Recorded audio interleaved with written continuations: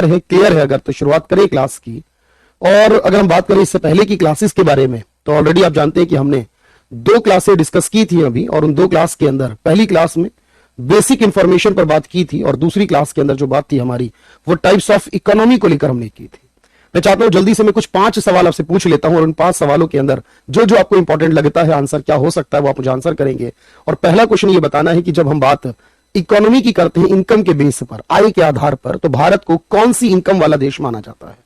Income आधार पर भारत कैसा देश है? दूसरा आप मुझे बताएंगे कि जो देश दूसरों देशों के साथ व्यापार करना पसंद नहीं करते, एक्सपोर्ट इंपोर्ट नहीं करते दूसरे देशों के साथ, और उनको यह लगता है कि दूसरे देशों से बहुत ज्यादा लेन देन करना इकोनॉमी के लिए बेटर नहीं है, उन देशों को कौन सी इकोनॉमी बोला जाता है जनरली? वो आंसर करें। अच्छा, तीसरा आप मुझे बताएंगे, जब हम ये डिफाइन करते हैं कि कोई भी देश ऐसा है जिस देश के अंदर बाजार के द्वारा कीमतें डिसाइड होती हैं, किसी वस्तु का उत्पादन कितना करना चाहिए, उसकी कीमत क्या होनी चाहिए, ये मार्केट तय करता है, तो उसे कौन सी इकोनॉमी बोला जाता है? चौथा सवाल आप मुझे बताएंगे कि जब बात हम कार्ल मार्क्स की करते हैं, कार्ल मार्क्स की किताब जिसे बाइबल ऑफ सोशलिज्म भी बोला जाता है, वो कौन सी किताब है? और आखिरी सवाल, 5वां सवाल आप मुझे बताएं कि जब हम माइक्रो और मैक्रो में डिवाइड करते हैं चीजों को, ये माइक्रो और मैक्रो शब्द देने वाला व्यक्ति कौन था? 5 सवालों के जवाब में मांग रहा हूं आपसे पहला सवाल का आंसर। इंडिया एक लोअर मीडियम इनकम, आपसे पहला सवाल का आंसर, इंडिया एक लोअर मीडियम इनकम कंट्री है, लोअर मिडिल यानी कम मध्यम आय वाला देश है। जो देश दूसरों से व्यापार करना पसंद नहीं करते उन्हें क्लोज्ड इकोनॉमी, बंद अर्थव्यवस्था कहा जाता है। जो देश में बाजार तय करता है, डिमांड सप्लाई सब कुछ तय करती है, उसे पूंजीवाद यानी कैपिटलिज्म कहा जाता है। और जो बाइबल ऑफ सोशलिज्म के नाम से किताब है, ये दास कैपिटल है जिसे कार्ल मार्क्स ने लिखा था। और जो यहां पर हम माइक्रो मैक्रो वर्ड्स की बात करते हैं, टर्म्स की बात करते थे, रैगनर फ्रिश नाम के व्यक्ति थे नॉर्वे के, उन्होंने दिया था। लेकिन आज के लेक्चर में जो मैं बात करूंगा, बहुत ध्यान से सुनने की जरूरत है। आप जानते हैं हर एक चीज ऑटोमेटिकली क्लियर होती है, लेकिन थोड़ा वक्त देना पड़ता है। अब हम टाइप ऑफ सेक्टर के बारे में बात करेंगे। सेक्टर का मतलब यह है, मैंने आपको समझाया है, बताया होगा और बताऊंगा मैं आगे, कि बेसिक तौर पर जितनी भी एक्टिविटी हम परफॉर्म करते हैं, जितने भी काम हम लोग करते हैं, कार्य करते हैं, उन्हें 2 हिस्सों में डिवाइड कर लेते हैं, इकोनॉमिक और नॉन इकोनॉमिक के अंदर। अब मैंने ये सिखाया है कि एक व्यक्ति रहे थे जो हमारे, उनका नाम था चाणक्य। उन्होंने एक बुक भी लिखी थी, इसका नाम था अर्थशास्त्र। और अर्थ का मतलब उन्होंने मनी को बताया था, पैसे को बताया था, और शास्त्र का मतलब तो ज्ञान से होता है, लिखित टेक्स्ट से होता है। तो बेसिक तौर पर अगर कोई भी चीज का संबंध मनी के साथ होता है, अगर किसी भी चीज को हम डायरेक्टली और इनडायरेक्टली मनी से कनेक्ट करते हैं, तो वो आर्थिक हो जाती है, इकोनॉमिक हो जाती है। और मनी से कनेक्ट नहीं करते अगर, तो वो अनार्थिक हो जाती है। लेकिन सवाल अब यहां से शुरू होगा कि जब कोई भी एक्टिविटी या कोई भी वर्क को हम आर्थिक कहते हैं, बेसिक तौर पर इकोनॉमिक कहते हैं, जो मनी से रिलेट होता है हमारा, हम सब जो काम करते हैं, जैसे एक टीचर पढ़ा रहा है ये आर्थिक है, एक डॉक्टर पेशेंट का इलाज कर रहा है ये आर्थिक है, कोई पुलिस की, कोई आर्मी की नौकरी कर रहा है ये भी आर्थिक है, कोई देश के अंतर्गत कोई किसान है वो भी आर्थिक काम कर रहा है, कोई लेबर है, कोई फैक्ट्री में काम करने वाला आर्थिक है, कोई रिक्शा चलाने वाला, कैब चलाने वाला वो भी आर्थिक है, कोई राजनेता है, कोई पॉलिटिशियन है वो भी आर्थिक काम कर रहा है बेसिकली। तो आप जानते हो कि आर्थिक का मतलब है जो पैसे को कमाया जाए। लेकिन अब इसको हम फर्दर डिवाइड करते हैं जब, तो हम ये देखते हैं कि 3 कैटेगरी बन जाती हैं। एक कैटेगरी को प्राइमरी बोलते हैं, एक को सेकेंडरी बोलते हैं, और एक को टर्शरी। हम सब जितने भी लोग काम कर रहे हैं देश में, उसमें जो एग्रीकल्चर से या उसी से रिलेटेड वर्क है, एग्रीकल्चर और रिलेटेड काम में लगे हैं, उनको बोलेंगे प्राइमरी में काम करना। जितने लोग काम कर रहे हैं किसी फैक्ट्री में, कारखाने में, यानी किसी चीज को कंस्ट्रक्ट करने में, मैन्युफैक्चर करने में, उन सबको सेकेंडरी वाला बोला जाएगा। और जितने लोग काम कर रहे हैं देश की सर्विस के अंदर, सेवाएं प्रोवाइड कर रहे हैं, मैं जैसे आपको सेवा प्रोवाइड कर रहा हूं, जैसे डॉक्टर प्रोवाइड करता है, जैसे कोई लॉयर प्रोवाइड करता है, जैसे कोई बिजनेसमैन प्रोवाइड करता है, ये सब कुछ जो हो जाता है, जो कोई सरकारी ऑफिसर प्रोवाइड करता है, ये सर्विस सेक्टर टर्शरी हो जाता है। तो प्राइमरी, सेकेंडरी और टर्शरी, हम इसमें काम के आधार पर बांटते हैं कि कौन सा काम है। और एक हम ये डिवाइड करते हैं, देखो कि इनमें कौन कौन से लोग हैं जो सरकारी नौकरी कर रहे हैं और कौन कौन से जो प्राइवेट में है। क्योंकि कुछ काम जो सरकारी वाले होते हैं, कुछ काम जो प्राइवेट वाले होते हैं। अगर कोई भी कंपनी है, कोई भी सेक्टर को देखा जाए, तो मैं कहता हूं कि मैं एसबीआई में काम कर रहा हूं, एसबीआई बैंक में काम कर रहा हूं, तो मतलब सरकारी हो जाता है। अगर मैं कहूं कि मैं एचडीएफसी में काम कर रहा हूं, तो ये प्राइवेट हो जाता है। अगर हम ये कह दें कि हम भारतीय रेलवे में नौकरी कर रहे हैं, तो सरकारी में आ जाएगा। अगर ये कह दें कि हम एयरलाइंस में नौकरी कर रहे हैं, तो प्राइवेट में चला जाएगा। तो देश में सरकारी भी और प्राइवेट भी है, दोनों सेक्टर हैं। अब जनरली कि सरकारी सेक्टर क्या होता है, प्राइवेट सेक्टर क्या होता है, अगर ऐसे डिवाइड करना पड़े तो उसका लॉजिक क्या होगा। और आजकल आप जानते हैं, एक और बात मैं समझा दूं कि ज्यादातर आप क्या देख रहे हैं आजकल, ये विवाद का विषय बना हुआ है कि आजकल सभी सरकारी चीजों को सरकार प्राइवेट करती चली जा रही है।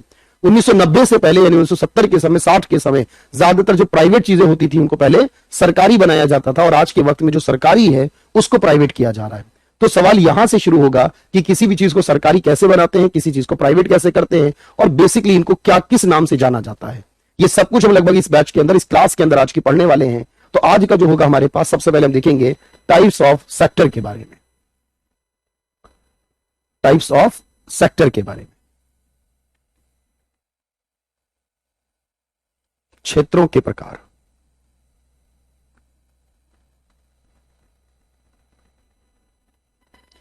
अब पहले आप ये समझिएगा ध्यान से, मेरे साथ लिखते हुए चलेंगे और एक बार यस का कमेंट करेंगे। मैंने आपको बताया कि अगर हम कोई भी फंक्शन करते हैं, बेसिकली हम उसे दो एक्टिविटी में डिवाइड करते हैं। एक मैंने कहा इकोनॉमिक एक्टिविटी होती है, जिसे आर्थिक क्रिया कहते हैं या आर्थिक कार्य कहते हैं। सिंपल वर्ड्स में मैंने कहा जो भी काम हम कर रहे हैं, जिसको हम रिलेट कर सकते हैं, जोड़ सकते हैं, कोई भी एक्टिविटी रिलेटेड टू मनी या वेल्थ, जिसको हम डायरेक्टली या इनडायरेक्टली मनी और वेल्थ से जोड़ सकते हैं, वह क्रियाएं जो धन या संपत्ति से संबंधित हो। अब इंसान कोई भी काम करता है बेसिक तौर पर, तो वो अगर धन या संपत्ति से संबंधित है, तो मैंने आपसे यह कहना है कि उसे हम तीन हिस्सों में डिवाइड करके देख सकते हैं। अगर कोई किसान खेती कर रहा है, यानी प्राइमरी सेक्टर में काम कर रहा है, अगर प्राइमरी वर्क कर रहा है, प्राइमरी सेक्टर में है, तो भी वो इकोनॉमिक एक्टिविटी कर रहा है। अगर कोई इंसान सेकेंडरी सेक्टर में काम करता है, फैक्ट्री में, तो भी वो इकोनॉमिक एक्टिविटी करता है। और अगर कोई इंसान टर्शरी सेक्टर में वर्क करता है, तो वो भी इकोनॉमिक एक्टिविटी ही करता है। जनरली इसी को आज हम डिस्कस करेंगे। क्लियर है यहां तक? चलिए, लेकिन अगर हम बात करें नॉन इकोनॉमिक एक्टिविटी की, मैंने आपको बताया था, अगर हम कोई भी ऐसा काम करते हैं जो मनी से रिलेटेड नहीं होता, उसे नॉन इकोनॉमिक एक्टिविटी कहा जाएगा, यानी अनार्थिक या गैर आर्थिक क्रिया कहा जाएगा।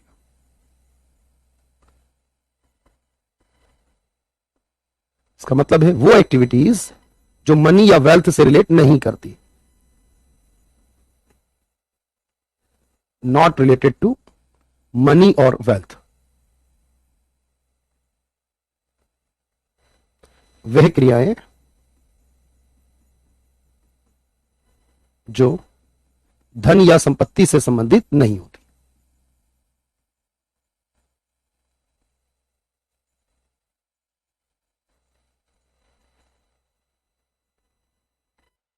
और बेसिक तौर पर मैंने कहा था, अगर कोई भी एक्टिविटी है, कोई भी आप धार्मिक काम करते हो, कोई भी आप धार्मिक काम करते हो, रिलीजियस कोई वर्क करते हो, आप कोई पॉलिटिकल वर्क करते हो,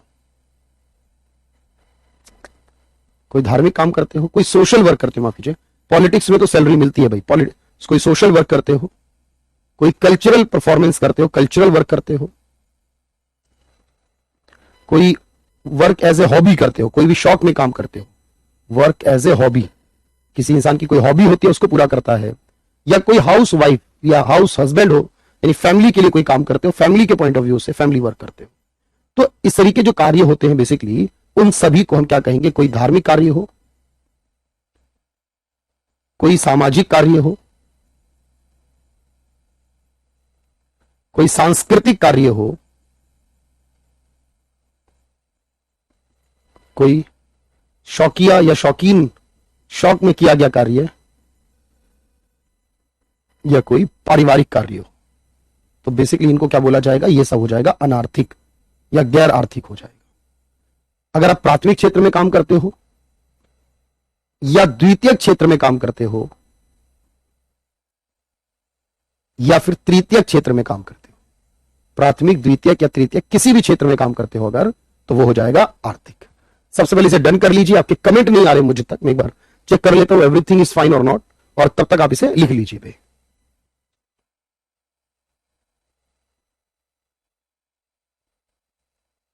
क्षेत्र में काम करते हो अगर, तो वो हो जाएगा आर्थिक। सबसे पहले इसे डन कर लीजिए। आपके कमेंट नहीं आ रहे मुझे तक, मैं एक बार चेक कर लेता हूं एवरीथिंग इज फाइन और नॉट।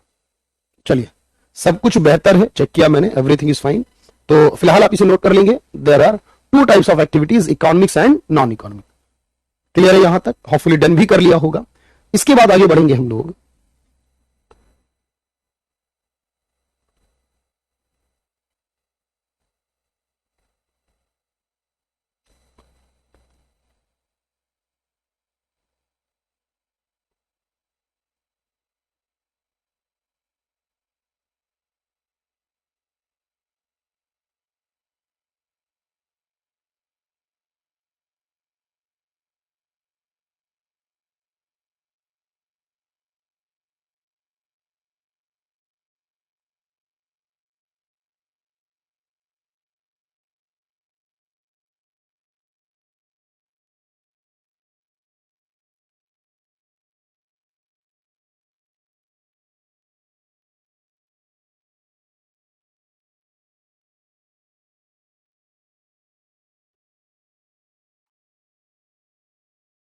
चलिए भाई, तो होपफुली आगे बढ़ते हैं, आप देखते हैं ध्यान से। अब देखो बेसिक तौर पर होता क्या है, जब हम एक्टिविटी को डिवाइड करते हैं, किसी को भी हम कहते हैं कि ये प्राइमरी है, सेकेंडरी है या टर्शरी है, तो जनरली हमारे एग्जाम में हमें यही क्वेश्चन करने को दिया जाता है। मैं यहां पर आपको समझाकर चल रहा हूं कि जो भी एक्टिविटीज हैं, जो भी एग्रीकल्चर से रिलेट करती है, उन सभी को क्या कहा जाता है, उन सभी को प्राइमरी कहा जाता है। अब यहां पर कई बार क्या होता है एग्जाम में, ये क्वेश्चन देखो इस तरीके से पूछ लिया जाता है कि हमारे पास जो भी एक्टिविटीज होंगी, हमें 4 एक्टिविटीज प्रोवाइड करेगा वो एग्जामिनर, और उन 4 एक्टिविटी के बेस पर ही हमें बताना होगा कि उस एक्टिविटी में कौन कौन सी प्राइमरी है, सेकेंडरी है या फिर वो टर्शरी होगी। तो चलिए सबसे पहले हम देख लेते हैं, यहां पर कुछ चीजों को समझ लेते हैं। प्राइमरी सेक्टर मैंने आपको बताया, अगर हम एक्टिविटी के बेस पर जाए, जो भी एक्टिविटी रिलेट करती है नेचर के साथ, नेचर मतलब प्रकृति के साथ, कृषि करना प्राकृतिक कार्य है, बागवानी करना, फल और सब्जियां जो उगा रहे हैं उसे बागवानी करना बोलते हैं, हॉर्टिकल्चर, ये भी प्राकृतिक हो जाएगा। कोई अगर मान लीजिए एपी कल्चर, मधुमक्खी पालक है, शहद का काम करता है, मधुमक्खियों से शहद निकलता है हनी बीज से, तो एपी कल्चर कहलाता है। कोई यहां पर फॉरेस्ट्री, जंगल में लकड़ी वगैरह काटता है, फॉरेस्ट्री कर। एनिमल हस्बेंड्री, एनिमल क्योंकि नेचुरल होते हैं जानवर, प्राकृतिक काम होता है एनिमल, पशुओं को पालना, या मुर्गी पालन करना, अंडों का एग का बिजनेस करना होता है, मुर्गी पालन करते हैं, ये भी इसी में आता है। इसके अलावा फिशरीज, मछलियों को काम पकड़ना, मछलियों को बेचना बेसिकली एक बिजनेस हो जाता है, तो फिशरीज करना भी प्राइमरी है। सवाल ये है कि ये जितनी भी एक्टिविटी नेचुरल होती है, ये एग्रीकल्चर सेक्टर ही कहलाती है बेसिकली। इसे हम इसे कृषि क्षेत्र बोल देते हैं क्योंकि इसमें मुख्य तौर पर कृषि आता है, और बेसिकली इसमें जो लोग काम करते हैं उनको कई बार रेड कॉलर जॉब बोला जाता है। अब रेड कॉलर का मतलब, ये कॉलर जो है लाल नहीं है कलर में, कहने का सेंस ये है कि रेड कॉलर एक रिप्रेजेंटेटिव टर्म है जो रिप्रेजेंट करती है, जो बताती है कि हम किसकी बात कर रहे हैं, उन लोगों की जो प्राइमरी सेक्टर में काम करते हैं। सेकेंडरी में क्या होता है, मैंने बताया जो इंडस्ट्रीज में काम करते हैं, फैक्ट्रीज में, जैसे कि आपने देखा है कि बहुत सारे लोग मिल्स वगैरह में काम करते हैं, जो प्राइमरी से मटेरियल मिलता है हमें उसको कन्वर्ट करते हैं दूसरे के अंदर, तो जो वर्क मैन्युफैक्चरिंग या कंस्ट्रक्शन रिलेटेड होता है, इसको हम इंडस्ट्रियल सेक्टर भी बोल देते हैं। कौन सा, औद्योगिक क्षेत्र बोलते हैं इसे, और इसमें जो लोग काम करते हैं उन्हें ब्लू कॉलर जॉब कहा जाता है। यह रिप्रेजेंटेटिव वर्ड होता है किसके लिए, सेकेंडरी सेक्टर वालों के लिए। और जो टर्शरी सेक्टर है, जो भी हम एक्टिविटीज करते हैं जो सर्विस से रिलेटेड होती है, सेवाओं से रिलेटेड हम काम करते हैं, बेसिकली उसको हम सर्विस सेक्टर भी कहते हैं, और इसको हम व्हाइट कॉलर जॉब में रखते हैं। अभी रिसेंटली एक एग्जाम तो एसएससी का, उसमें क्वेश्चन आया था, which sector is also known as service sector of India, किस क्षेत्र को भारत का सेवा क्षेत्र भी कहा जाएगा। हमें पता है सारी की सारी सर्विस किसमें होंगी, तृतीयक क्षेत्र के अंदर होगी।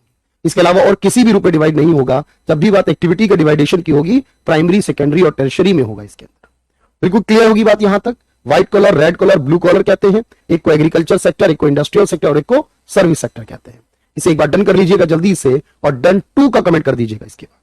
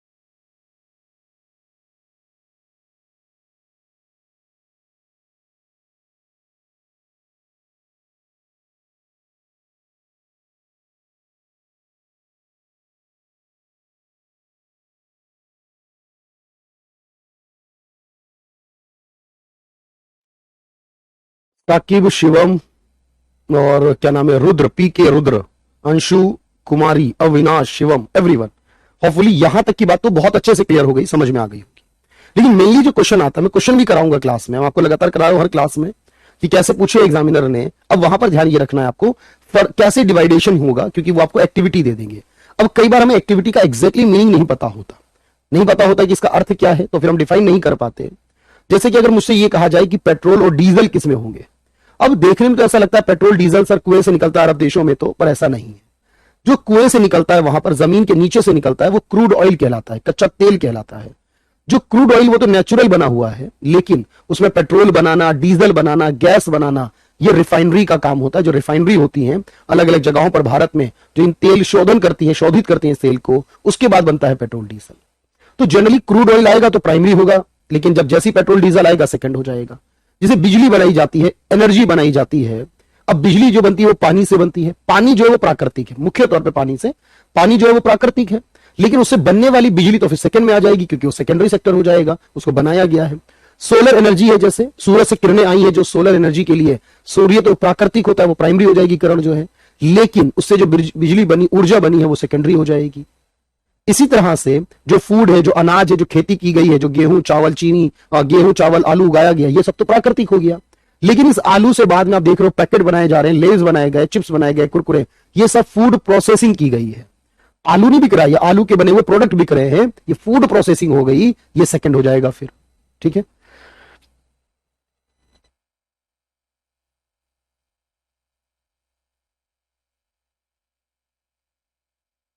इस तरीके से आपको डिफाइन करना है कि कौन सी एक्टिविटी में क्या काउंट किया जाएगा। एक बार आप इस पूरी लिस्ट को मेरे साथ बनाएंगे, बिल्कुल इत्मीनान से चलते रहेंगे।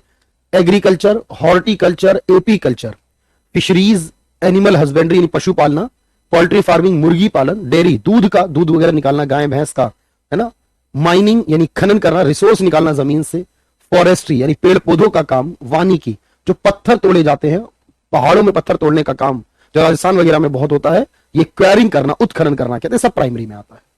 कंस्ट्रक्शन करना हो, कोई बिल्डिंग बनानी हो, कोई पुल हाईवे रोड बनाना हो, मैन्युफैक्चरिंग कुछ वस्तु बनानी हो, ये मार्कर, ये बोर्ड बनाना हो, कैमरा बनाना हो, फूड प्रोसेसिंग आलू से चिप्स बनानी हो, पेट्रोल डीजल हो, बिजली हो, इलेक्ट्रिसिटी, पानी पीने का पानी हो, मिनरल वाटर हो, सप्लाई वाला वाटर हो, पानी वाला पीने वाला हो, या ऑटोमोटिव गाड़ियां बनानी हो, ये सब सेकंड में आता है। और जो एजुकेशन है, ये तो आप जानते हैं, शिक्षा है, हेल्थ है, इंश्योरेंस है, बैंकिंग का काम है, होटल और रेस्टोरेंट वगैरह यहाँ रह रहे हो, सर्विस है, एक व्यापार करना हो, डिफेंस में काम करो, न्यायपालिका में हो, एडमिनिस्ट्रेशन में काम करते हो, फिल्म और टेलीविजन में हो, ट्रांसपोर्ट में हो, टेलीकॉम में हो, पॉलिटिशियन हो, ये ना इस तरीके के जो भी वर्क हो जाएंगे बेसिकली वो सारे के सारे टर्शरी में काउंट किए जाएंगे। ये क्लासिफिकेशन कर लीजिएगा जल्दी से 1 मिनट के अंदर।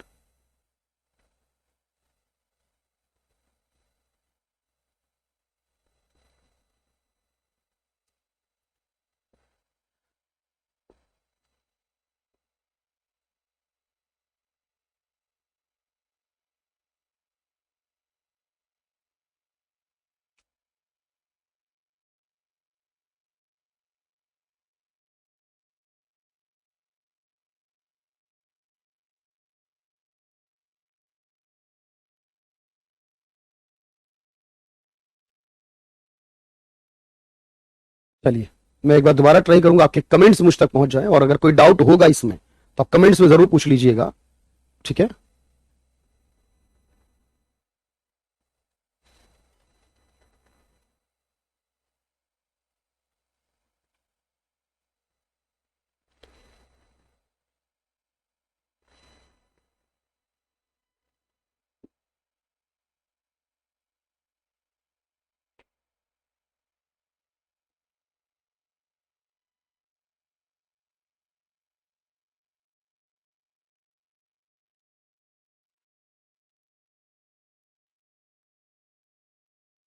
तो प्राइमरी है, सेकेंडरी है, एंड देन टर्शरी होगा।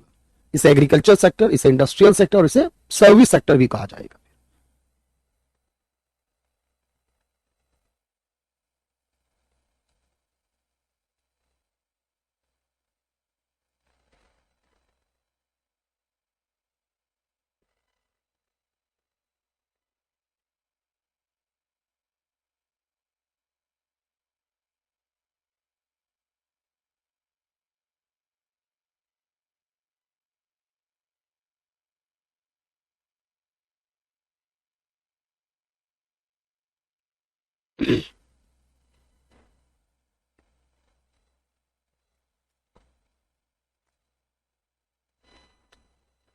तो होपफुली यहां तक की बात समझ में आ रही है, लेकिन एक सवाल पूछा जाता है जो मोस्टली एग्जामिनेशन का पार्ट है, कि भारत की जो टोटल इनकम है, यानी पूरे भारत के लोगों की जो इनकम है, देश की जो इनकम है, सिंपल शब्दों में अभी समझना, उसे जीडीपी कहा जाता है।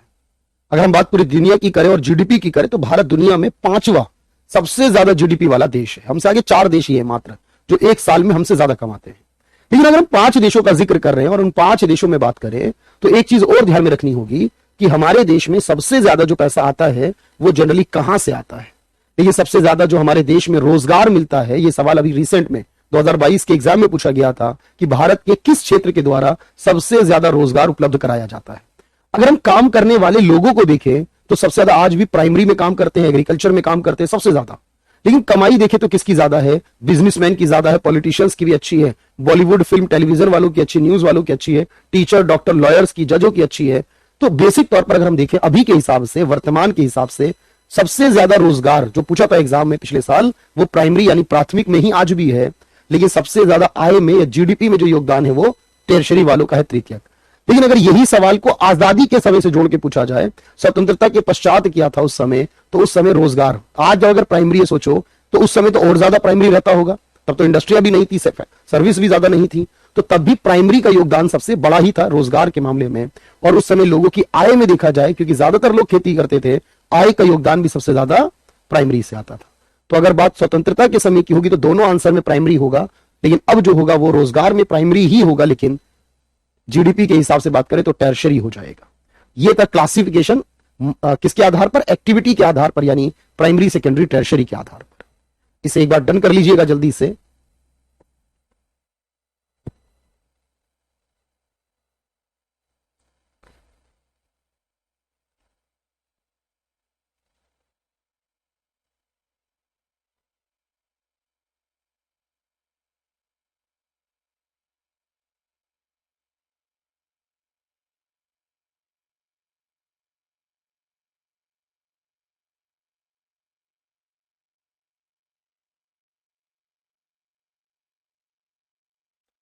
चलिए भाई,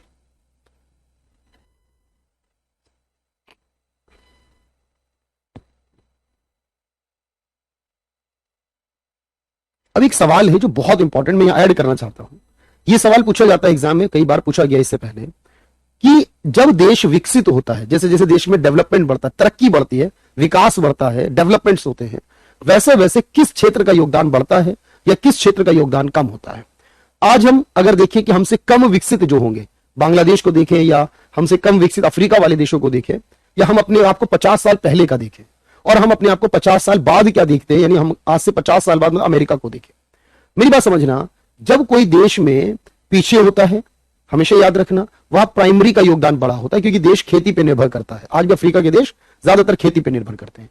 जैसे जैसे देश तरक्की करता है, जैसे जैसे देश आगे बढ़ता जाता है, वैसे वैसे टर्शियरी का योगदान सबसे ज्यादा होता है। आज अमेरिका में, हमारे देश में लगभग जो टर्शियरी है, जीडीपी में जो तृतीयक का योगदान है वो लगभग 54-55% के नियर बाई है। अमेरिका में ये 70% के भी ऊपर है।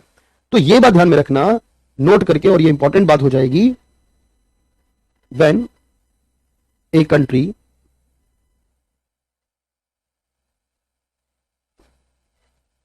मोर डेवलप, तो उसमें क्या होगा याद रखना, टर्शियरी जो सेक्टर है उसका कंट्रीब्यूशन क्या होगा, इंक्रीज, एंड जो प्राइमरी सेक्टर है उसका कंट्रीब्यूशन क्या होगा, वो डिक्रीज होगा ज्यादातर। ये दो पहचान बता देती कि देश तरक्की कर रहा है या नहीं कर रहा है। तो याद रखना, जब कोई देश विकास की ओर बढ़ता है, जब कोई और विकास बढ़ता है, विकास की ओर बढ़ता है, तो तृतीय क्षेत्र का योगदान बढ़ना चाहिए और प्राथमिक का योगदान कम होना चाहिए। चलिए, एक तो ये बात है, होपफुली समझ आ रहा होगा सब कुछ, कोई दिक्कत नहीं है इसमें। अब यहां से एक और बात इंपॉर्टेंट होती है कि ये तो एक्टिविटी के बेस पर पड़ेगा। अगर हम ऑनरशिप को देखें, अगर हम अधिकार को देखें, तो मैंने कहा था अधिकार या तो सरकार का होगा या प्राइवेट का होगा। एचडीएफसी एक प्राइवेट का वाला बैंक है, एसबीआई एक सरकारी वाला बैंक है। बहुत सारी चीजें हमारे भारत में है, कुछ पर अधिकार सरकार का है और कुछ पर अधिकार प्राइवेट का है। कैसे पता चलता, देखो, अगर कोई भी इंडस्ट्री है, कोई भी कंपनी है, कोई भी सेक्टर है जिसके अंदर 50% से ज्यादा सरकार का है, अगर 50% से ज्यादा हिस्सेदारी सरकार की है किसी काम में, तो उसको बोला जाता है पब्लिक यानी सरकारी। और 50% से कम गवर्नमेंट की है तो उसे बोला जाता है प्राइवेट वाला, निजी वाला बोला जाता है। अब जैसे कि अगर हम एसबीआई को सरकारी कह रहे तो हमें यकीन होना चाहिए कि 50 के ऊपर ही सरकार की ओनरशिप होगी। अगर मैं कह रहा हूं वोडाफोन और आइडिया वीआई कंपनी है जिसमें सरकार की हिस्सेदारी 35% के लगभग है, तो आप कहेंगे ये 50 से कम है, इसका मतलब तो ये प्राइवेट है। आज के बाद ये बात माइंड से निकाल देना कि प्राइवेट में सरकार हिस्सेदार नहीं होती। प्राइवेट में भी सरकार हो सकती है लेकिन वो 50 से कम, और सरकारी में भी सरकार होगी लेकिन वो 50 से ज्यादा। लेकिन आजकल एक और वर्ड यूज हो रहा है ज्यादातर, आपने देखा होगा, जब कोई रेलवे बनती है आजकल, कोई एयरलाइंस चल रही है, कोई एयरपोर्ट बन रहा है, कोई स्टेशन बन रहा है, आजकल जितने कॉलेज बन रहे हैं, इंस्टीट्यूट बन रहे हैं, मैनेजमेंट सेंटर बन रहे हैं, आजकल सब में एक शब्द सुनने को मिल रहा है पीपीपी के नाम से, कि ये पीपीपी बेस्ड पर होगा। पीपीपी क्या है आजकल? पब्लिक प्राइवेट और पार्टनरशिप। सरकार और प्राइवेट वाले मिलकर पार्टनरशिप कर लेते हैं और तब वो काम करते हैं। आजकल ये सिस्टम चल रहा है और ये एग्जाम में कई बार आया कि न्यूज में जो पीपीपी वर्ड रहता है उसका फुल फॉर्म क्या है। बेसिक तौर पर इसमें क्या होता है कि दोनों एग्रीमेंट कर लेते हैं, जॉइंट वेंचर कर लेते हैं किसी काम के लिए, यानी पार्टनरशिप जैसा होता है। पार्टनरशिप हो गई है, जैसे भारत सरकार ने और एक कंपनी है, उसने क्या करा, यहां पर जो नोएडा का एक्सप्रेस वे है, ग्रेटर नोएडा वाला यमुना एक्सप्रेस वे है, उसके लिए एग्रीमेंट कर लिया। अब यमुना एक्सप्रेस वे सरकार ने नहीं बनाया है, यमुना एक्सप्रेस वे को सरकार ने पीपीपी मॉडल पर, यानी जमीन सरकार की और अधिकार सरकार के, और काम करने का राइट दे दिया किसी प्राइवेट कंपनी को। उनसे कहा आप काम करो, पैसा लगाओ, जितना भी पैसा लगाओगे उसके बाद प्रॉफिट के साथ इसकी कमाई कर लेना और बाद में सरकार को दे देना। तो पीपीपी मॉडल पर ही सारी चीजों का निर्माण ज्यादातर देश के अंदर हो रहा है। तो अगर ये पूछे कि एक्टिविटी में तो 3 तरीके से था, लेकिन अगर इसी बात को मैं ये कहूं, ऑनरशिप को देखा जाए, अगर मालिकाना हक को देखा जाए, तो स्वामित्व के आधार पर जिसमें सरकार की हिस्सेदारी 50 से ऊपर होगी वो क्या हो जाएगा? वो हो जाएगा पब्लिक सेक्टर। जिसमें सरकार की हिस्सेदारी 50 से कम होगी वो हो जाएगा प्राइवेट। और आजकल क्या चल रहा है, जिस किसी काम में सरकार और प्राइवेट वाले मिलकर ज्वाइंट वेंचर कर ले। देखो ज्वाइंट वेंचर क्या होता है? पार्टनरशिप जैसा होता है। मैं और आप पार्टनर बन जाएं किसी काम के लिए कि हम जो भी काम करेंगे साथ साथ करेंगे, तो ये पार्टनरशिप है। मैं और आप, यानी कि हमने कहा कि इस काम को तो मिलकर करेंगे, बाकी तो अपने काम अलग करते ही हैं, बिजनेस अलग है, तो किसी एक काम के लिए पार्टनरशिप कर ली हमने। वैसे तो बहुत काम करती है कंपनियां, एक काम के लिए कर ली तो उसे जॉइंट वेंचर कहते हैं। यही पार्टनरशिप हमें हर काम में हो जाती है, जॉइंट वेंचर एक काम तक सीमित होता है। तो ये मिल जाए अगर किसी काम को करने के लिए तो उसको पीपीपी बोला जाता है। लेकिन मैंने ये कहा, पहले क्या होता था, जैसे पहले प्राइवेट बैंक थे उनको सरकारी बना दिया था इंदिरा गांधी के दौर में, अभी मोदी जी के दौर में, इससे पहले मनमोहन सिंह जी के दौर में ज्यादातर क्या देखा हमने, जो सरकारी था उसको प्राइवेट कर दिया। समझना पहले बात को ध्यान से कि सर ये 2 होते हैं जनरली। अगर हम कोई भी प्राइवेट सेक्टर की ऑनरशिप है जो प्राइवेट था उसको हम ट्रांसफर कर दे सरकारी में, प्राइवेट को सरकारी में बदल दे, तो इसको बोलते हैं राष्ट्रीयकरण करना। इसलिए आप सुनते होंगे इंदिरा गांधी के समय बैंकों का राष्ट्रीयकरण किया गया था, यानी प्राइवेट को सरकारी। तो जब प्राइवेट को सरकारी बनाया जाएगा, इसे के लिए इसके लिए इन्वेस्टमेंट करना पड़ता है। सरकार खर्च करती है, उन लोगों का पैसा देती है कि हम खरीद रहे हैं, इसके बदले खर्चा होगा हमारा। तो राष्ट्रीयकरण में प्राइवेट को सरकारी बना देते हैं, ये यूज आएगा आगे। लेकिन जब हम ये कहते हैं कि प्राइवेटाइजेशन हो रहा है, अभी क्या देख रहे हैं हम, जो पब्लिक सेक्टर है यानी जो सरकारी है उसको हम ट्रांसफर कर रहे हैं प्राइवेट के अंदर। जैसे अभी एयर इंडिया सरकारी था, टाटा को बेच के प्राइवेट में डाल दिया, बहुत सारे रेलवे स्टेशन उनको प्राइवेट में डाल दिया, एलआईसी का कुछ हिस्सा हमने बेच दिया, प्राइवेट कर दिया। जब सरकार प्राइवेट करती है तो उसके लिए डिसइन्वेस्टमेंट करती है। डिसइन्वेस्टमेंट मतलब सरकार अपने हिस्से को बेच देती है। जब सरकार अपना हिस्सा बेच देगी, कम कर देगी, डिसइन्वेस्ट कर देगी, तो बेसिक तौर पर उससे प्राइवेटाइजेशन आ जाएगा।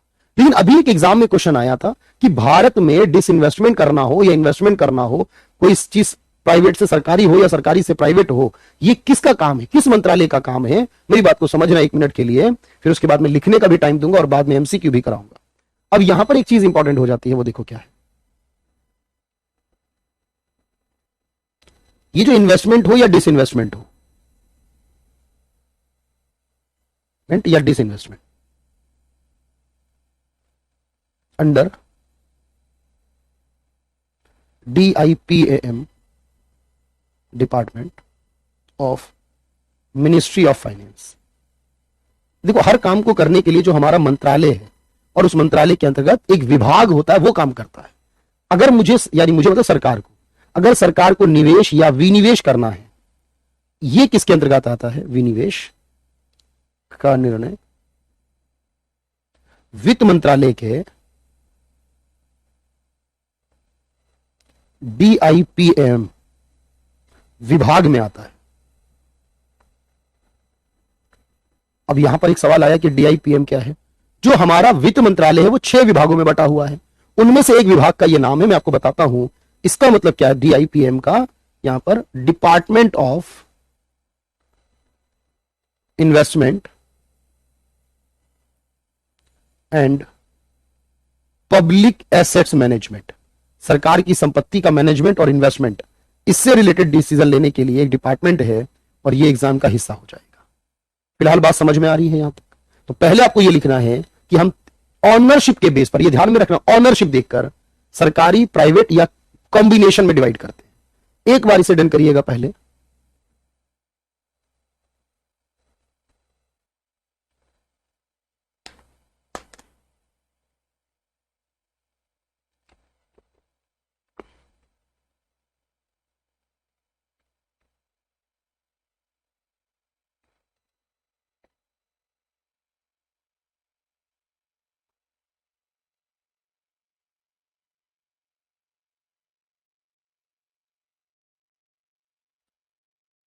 सब कुछ परफेक्ट है या नहीं, मैं एक बार चेक करता रहता हूं बार बार।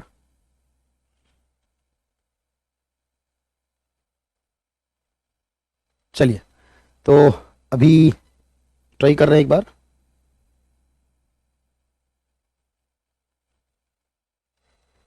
परफेक्ट है या नहीं, मैं एक बार चेक करता रहता हूं बार बार।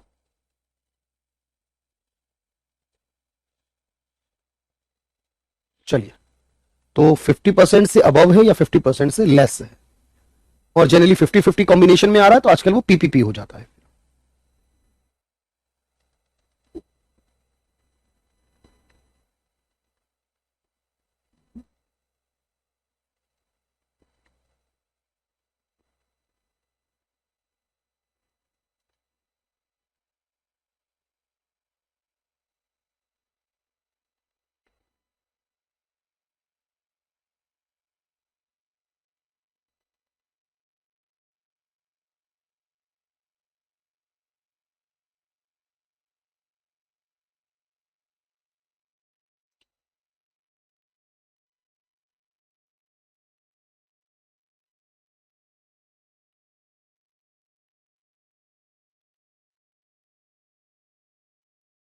चलिए, तो होपफुली यहां तक की बात समझ में आ गई कि दोनों मिलकर भी काम कर सकते हैं, इंडिविजुअली भी वर्क कर सकते हैं।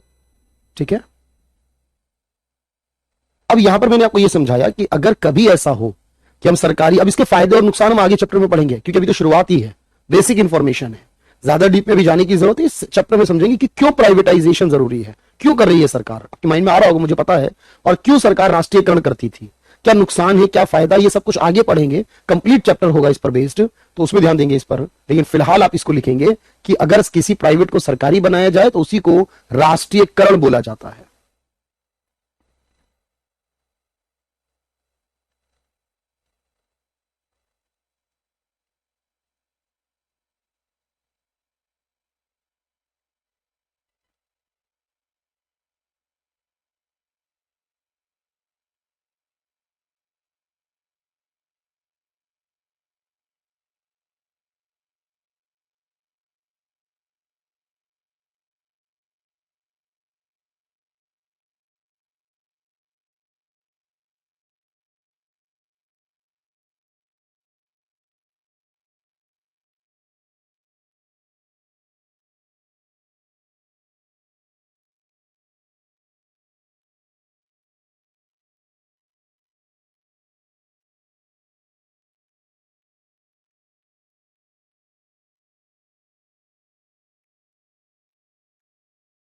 चलिए भाई, तो प्राइवेट जॉब प्राइमरी है, सेकेंडरी है या टर्शरी है, मेरी बात समझना। गौरंगी, अब आ गए आपके कमेंट। देखो, अगर प्राइमरी जॉब की बात, प्राइवेट जॉब की बात करें तो मुझे बताओ, आप जॉब कर रहे हो, मैंने प्राइवेट सेक्टर बोला है, तो जनरली तौर पर जो लोग खेती कर रहे हैं वो तो प्राइवेट नौकरी ही कर रहे हैं अपने आप में। मेरा नाम क्या है भाई, सुख पूछ रहे हैं भाई, मेरा नाम है मोहम्मद राशिद। स्वीटी, बिल्कुल मैंने कमेंट पढ़ा आपका, 2 मिनट दीजिए मुझे। तो मैंने आपको समझाया कि राष्ट्रीयकरण कैसे किया जाता है और प्राइवेटाइजेशन होगा। इसमें एक इन्वेस्टमेंट, एक डिसइन्वेस्टमेंट है, और कौन सा डिपार्टमेंट करेगा इसे? वित्त मंत्रालय जो निर्मला सीतारमन जी के पास है, उसी के अंदर है डीआईपीएम नाम का विभाग, उसकी जिम्मेदारी है। एक सवाल पूछ रही है स्वीटी, मनी लॉन्ड्रिंग क्या होता है? देखो, जब कोई ब्लैक मनी होती है, अब आपको यह पता होना चाहिए ब्लैक मनी क्या होती है। ब्लैक मनी यानी इंसान जब पैसा कमाता है और टैक्स दिए बिना उसे रख लेता है, छुपा लेता है, बचा लेता है, चुरा लेता है, यानी कि जिसका टैक्स नहीं भरा जाता, वो ब्लैक मनी बोली जाती है। अब वो ब्लैक मनी है क्योंकि वो इलीगल होती है, उसको पकड़ लेगा तो सजा हो जाएगी, तो वो इलीगल वाले को किसी तरीके से लीगल करने का कोशिश करता है कि कुछ ऐसा किया जाए कि इस इलीगल मनी को लीगल बना दिया जाए, उसे मनी लॉन्ड्रिंग करना कहा जाता है। बात समझ पा रहे हो? तो मनी लॉन्ड्रिंग करना यानी ब्लैक को व्हाइट करने का काम। पीपीपी क्या बताया मैंने कहा आजकल क्या होता है कि कोई भी प्रोजेक्ट हो, जैसे मुझे एक एयरपोर्ट बनाना है, मान लो सरकार को, सरकार आजकल एयरपोर्ट खुद नहीं बनाती है, बल्कि एक प्राइवेट कंपनी को जो है उसका अधिकार देती है। एयरपोर्ट सरकार का होगा लेकिन बनाने का काम प्राइवेट कंपनी का होगा। ये सरकार और उस कंपनी के बीच एक जॉइंट वेंचर बोलेंगे इसे, उस एयरपोर्ट को बनाने के लिए। तो सरकार और प्राइवेट मिलकर काम करेंगे जब, उसे पब्लिक प्राइवेट पार्टनरशिप बोला जाएगा। एक तो ये शुभम, डीआईपीएम का काम क्या है मैंने बताया, जब कोई इन्वेस्टमेंट हो या डिसइन्वेस्टमेंट हो, जब मुझे ये कहना हो, जैसे मैं कहूं इस साल 2023 चल रहा है हमारा, इस साल और अगले 3 साल में सरकार ने बोला है कि 2022 से लेकर 2026 तक 4 साल में हम 6 लाख करोड़ का संपत्ति बेचेंगे। 6 लाख करोड़ की संपत्ति को सेल करेंगे, बेचेंगे। तो जब 6 लाख करोड़ बेचेंगे तो बताओ कहां से बेचेंगे, कौन बताएगा किसे बेचना है? तो आप कहोगे डीआईपीएम जो विभाग है इसका काम है बताना कि किसका कितना हिस्सा बेचा जाए, खरीदना हो या बेचना हो, ये इसका काम होता है। और इसकी फुल फॉर्म मैंने लिखी हुई है Suraj, department of investment and public asset management, ये डीआईपीएम की ही फुल फॉर्म है।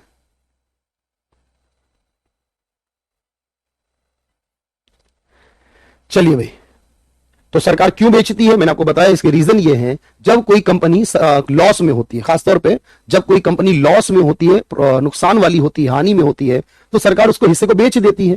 क्योंकि सरकार क्यों उसका लॉस उठाएगी? अच्छी सर्विस आपको चाहिए, तो अच्छी सर्विस के लिए भी ऑब्वियस आपको क्या करना पड़ेगा कि प्राइवेट करना पड़ेगा। तो प्राइवेट वाले अच्छी सेवाएं वगैरह प्रोवाइड कर, सेल्समैन किस सेक्टर में आते हैं? अगर बात सेल्समैन की करें, वो टर्शरी में आता है, तृतीयक में आता है, क्योंकि सेल्समैन एक प्रकार से शॉपकीपर जैसा होता है। शॉपकीपर हो या सेल्समैन हो, वो टर्शरी में आता है। बिल्कुल मैं बताता हूं आपको, वंदना 1 मिनट दीजिए मुझे। तो पहले हम इस पे क्वेश्चन करते हैं और फिर आपका जो डाउट है वो लूंगा मैं यहां पर कैसे करते हैं। चलिए अब देखते हैं इस चैप्टर के अंदर, ये चैप्टर हमारा हुआ अभी, इस चैप्टर में हमें क्या क्या देखना है। चलिए मैं आपको करीब 4-5 क्वेश्चन कराता हूं एग्जाम में जो पूछे गए थे, ठीक है, वो किस तरीके से सॉल्व कर रहे हैं।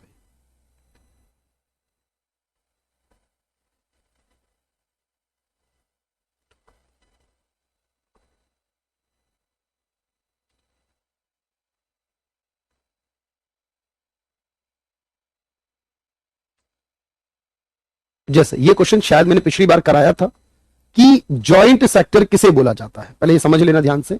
जॉइंट सेक्टर किसे बोलते हैं भाई? तो मैंने बताया जब प्राइवेट भी हो सरकारी भी हो, मिश्रित वाला हो। जिस देश में पब्लिक सेक्टर भी हो और प्राइवेट सेक्टर भी हो, तो जहां पब्लिक और प्राइवेट दोनों सेक्टर वर्क करते हो, बेसिक तौर पर उस सेक्टर को क्या बोला जाता है? उसी को बोला जाता है कि वो जॉइंट सेक्टर होगा। ऋतु बिल्कुल कमेंट आ रहे हैं आपके।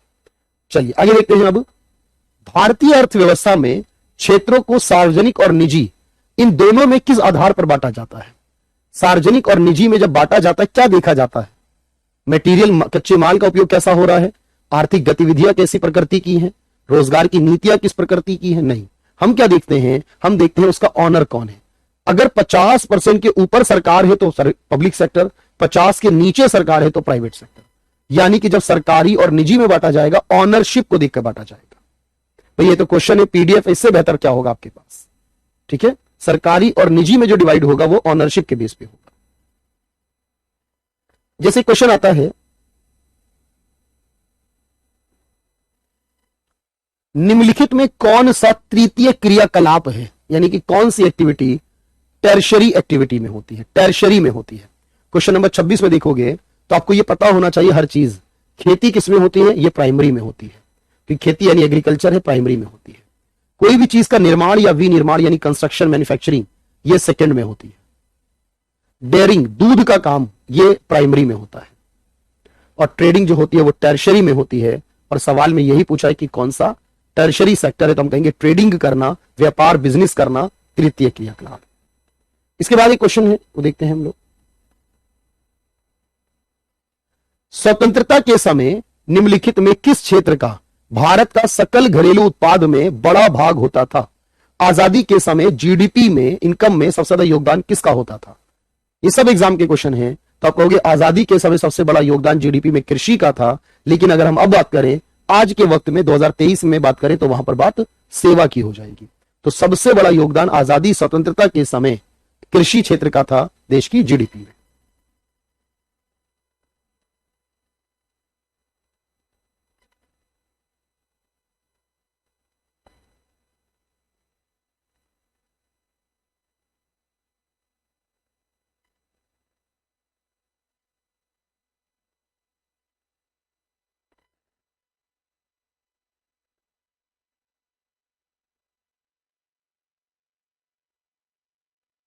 एक क्वेश्चन ये आया है आपके एग्जाम में, इस क्वेश्चन का सही आंसर बताना, कथनों पर विचार करके बताइए मुझे। Agriculture contribution is high in develop countries.